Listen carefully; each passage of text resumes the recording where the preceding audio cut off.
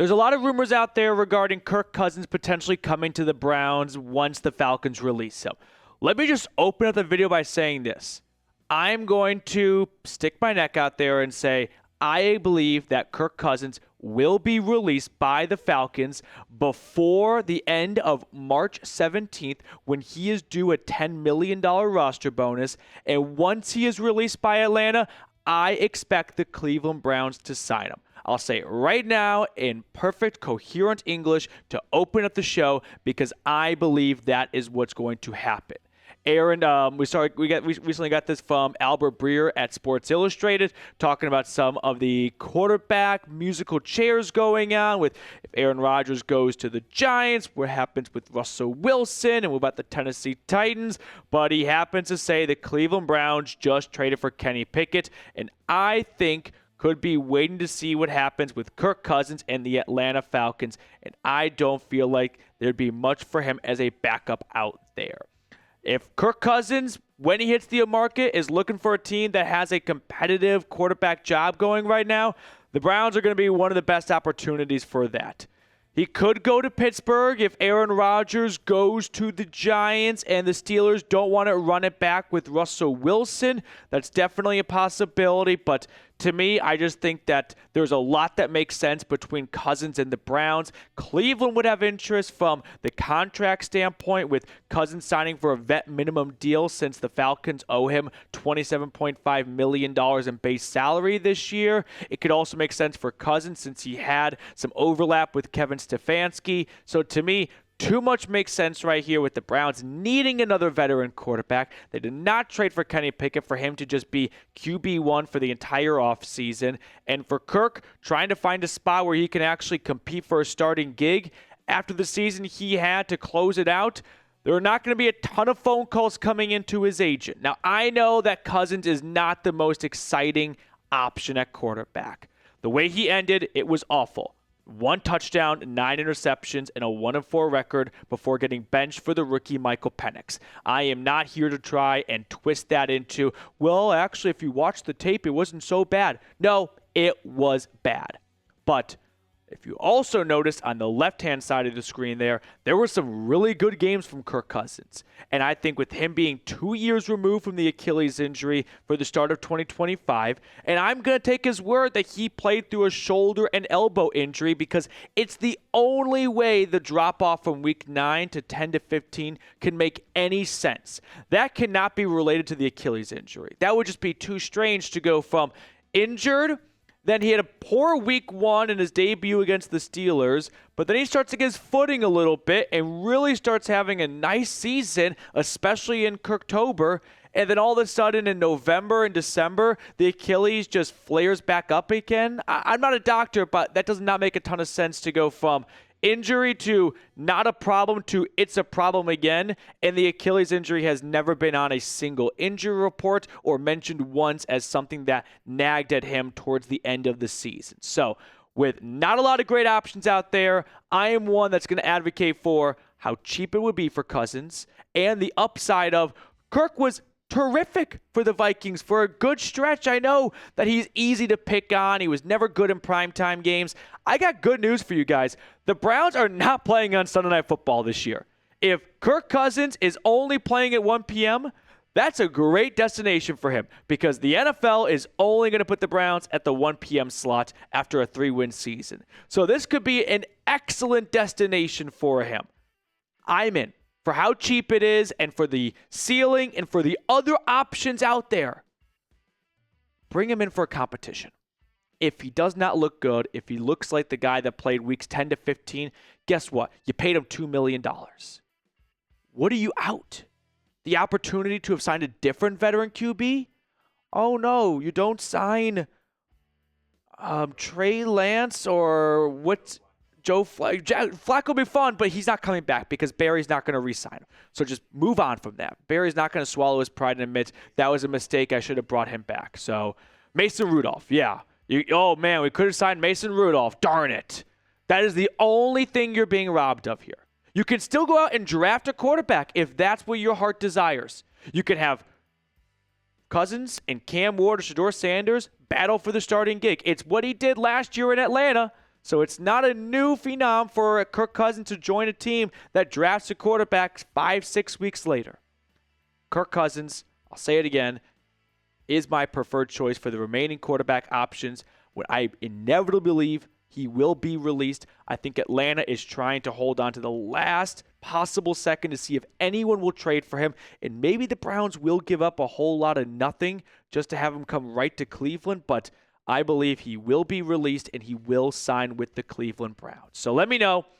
Just put the acquisition cost to the side. From a surface level perspective, do you want Kirk?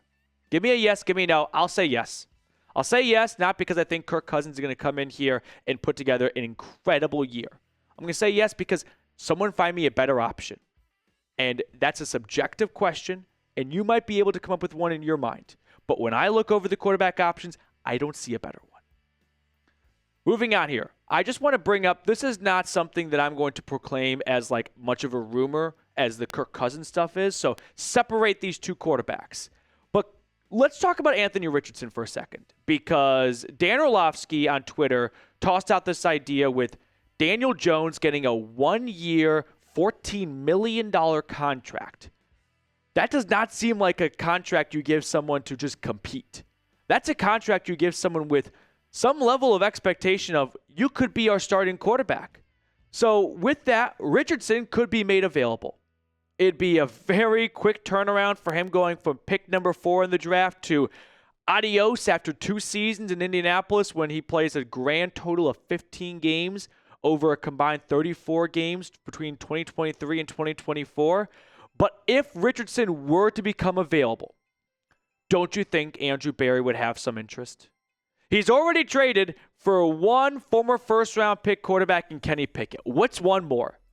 This does seem like maybe not the quarterback profile that fits a Kevin Stefanski offense, but the profile of someone Andrew Berry would go after. He loves trying to get the potential out of a former first or second-round draft pick. He's done it time and time again. If the Colts decide we're going to proceed with Daniel Jones, what if Richardson requests a trade and Indianapolis is like, you know what? You have no leverage, but we're actually okay to move on from you.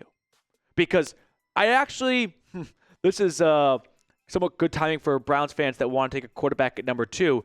The Colts, I'll give them credit. They tried to break the cycle of, we went from, Jacoby Brissett to Phillip Rivers to Matt Ryan to Carson Wentz. We tried all these veteran quarterbacks. We couldn't get one to stick for more than a season. We just decided we're picking top 5. It's a great quarterback class. Let's take a chance on one. And it didn't work out. And I can understand the process, but 2 years later, you're still not in the playoffs, and you're looking for a new starting quarterback, and there were a lot of really good players you passed on for Richardson. So for everyone that just says, we're not going to go anywhere with Kirk Cousins, why not take a quarterback at number 2? Because you could be like Richardson and the Colts in a few years, where you're looking for a new quarterback, the number 2 pick is not your guy, and all you've done is just waste a very valuable top 5 draft pick. That is one of a few reasons why I do not want the Browns to go quarterback at number 2. Now, as for Richardson specific here, I also don't want the Browns to trade for Anthony Richardson. I was not a fan of his coming out of Florida, and I'm putting my Tennessee bias aside for just a moment. He was inaccurate in college, and I have no reason to believe that waking up in the NFL one day, he'd learn how to be accurate with the football. So, no, I was not interested in Richardson as a prospect. I screamed that from the mountaintops going into the 2023 draft, but everyone just wanted to drool over the arm talent, the linebacker size, but the running back speed, and him being just a freak of an athlete that we hadn't really seen since like Cam Newton. For me, if you can't play on college level games, why am I going to believe that when you get to the NFL, you're going to develop from being a track star to a football player? And at Florida, his numbers weren't pretty, but people just fell in love with the intangibles. So I'm not interested in Anthony Richardson, but I don't think this has a great chance of happening. But it's the season of rumors, so I'll just kind of toss it out there like Jackie Moon style, only if you want it. I don't. I'll pass. But if you think this is a good idea for the Browns to just bring in another quarterback for competition, the more the merrier. Why not? I can follow the logic on it, But I go back to the reason why I don't like the Kenny Pickett trade. You didn't give up much for him. DTR was not going to be on this roster for 2025. But Pickett still sucks. And anytime you try to tell me about trading for a player that I think is bad, I'm not going to try and spin zone my way into liking it. I don't think Anthony Richardson is an NFL starting quarterback. I'm not interested. I don't think we have anything to believe in Kenny Pickett long term. Even if it cost you next to nothing, I still don't like it because I think you're at least wasting something that's next to nothing. Now, with that Kenny Pickett trade, by the way, I just want to update you on my count for the 2025 draft picks. These numbers are always going to be a little bit fluid and honestly tough to track, but here's what I got right now. First round pick, second round pick, third round pick, another third from Buffalo, then a fourth round pick, then they've got 5 6-round draft picks. No more fifth rounder. They lost their fifth rounder for Zadarius Smith, and then they got it back. I can't remember the other trade. They got the fifth rounder back. Oh, they lost it to the Vikings for Zadarius Smith, and they got it back from the Lions for Zadarius Smith. But they're not going to pick 5 times in the 6th round. Expect them to use those picks to try and move up in the draft or possibly acquire some more veteran players. And they've got the Mr. Irrelevant pick, which will be pretty cool to see who they end up selecting. But those are some of the rumors after day 2 of NFL free agency. Big shout out, by the way, to Tim Green. If you watched our live coverage for free agency, you know exactly what I'm talking about. But if not, I'll brag on Tim Green's behalf. We're having a fun time covering free agency. Oh, the Browns signed a former first-round pick from the Buccaneers, and then all of a sudden Tim Green comes in with a $500 super chat. I've never seen anything like it. So if you want to have a fun time during free agency, click the subscribe button down below. We're going to end the video by just recapping a couple of the acquisitions the Browns have made so far and a couple of departures, just so everyone knows where we currently stand in free agency. But please go ahead, click the subscribe button for daily free Browns content all week, month, year long.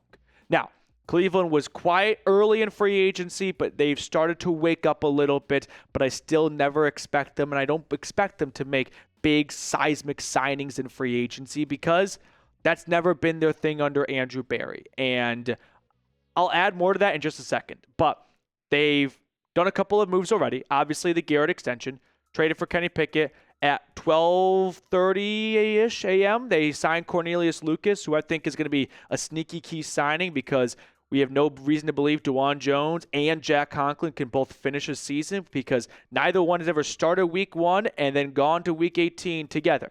So someone's probably going to go down if history repeats itself, which it often does. And then they signed the Buccaneers' 32nd overall pick in the 2021 NFL draft. That is Joe Tryon Shoyinka. So I got to practice that name a little bit more. But 1-year deal worth up to $4.75 million. He's an outside linebacker who maybe Jim Schwartz molds into a defensive end. He's a good athlete, came out of Washington. It's not a lot of money, so I'm not going to have much of an issue with it. And then 2 players have left so far in free agency. Obviously, DTR getting dealt to the Eagles, and James Hudson, $11 million for the Giants. Massive overpay for someone who wasn't even a good backup offensive lineman for Cleveland, let alone a starter when his number got called. So this just tells you what's going on with Joe Shane in New York. They valued him at $11 million. That's great news for the Browns, by the way, because that means a comp pick coming for the Cleveland in 2026. Now, as for Andrew Berry and free agency, this is a little bit of a deep cut, but I'll end the video with this. If you've noticed, free agency this year does not have a lot of star-studded names. And the big reason is teams are able to re-sign their players because the salary cap keeps going up and up, right? And exponentially, too, at a very high rate.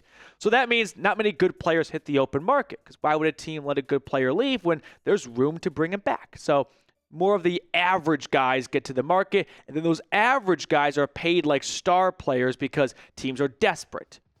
I'm bringing all this up because Andrew Berry has never used free agency to really construct his roster. He's made additions, but the biggest contract he's given out in 4 or 5 years of the Browns GM was Dalvin Tomlinson, and that was under $60 million total. He built his roster in trades and a little bit of the draft, but he hasn't had a whole lot of draft picks to work with recently. So why do I mention all this? Well, if the good players aren't going to free agency, and the Browns aren't using free agency to build their roster, the Browns aren't really missing out on a whole lot, are they? It's kind of a level playing field. The Browns never used free agency to attract and get star players. Other teams were. But now those star players aren't going to free agency. So for the teams that were very reliant on free agency, there's no really great players anymore hitting the open market. Everyone's coming back because the increase in the salary cap. Which means Andrew Berry, who probably ranked free agency second or third between trades and the draft, is not super dependent on like foreign oil, right? He's got his own bread and butter for building the roster, and the lack of star players going to free agency doesn't hurt him in a bad way. It probably helps him because other teams that were reliant on that, well, now they're SOL. So just some food for thought. That will do it for us on, I don't even know what video we're up to in the last like 48 hours. Video 4, video 5, who knows, 2 live shows, a whole bunch of shorts. Sub down below for unlimited content.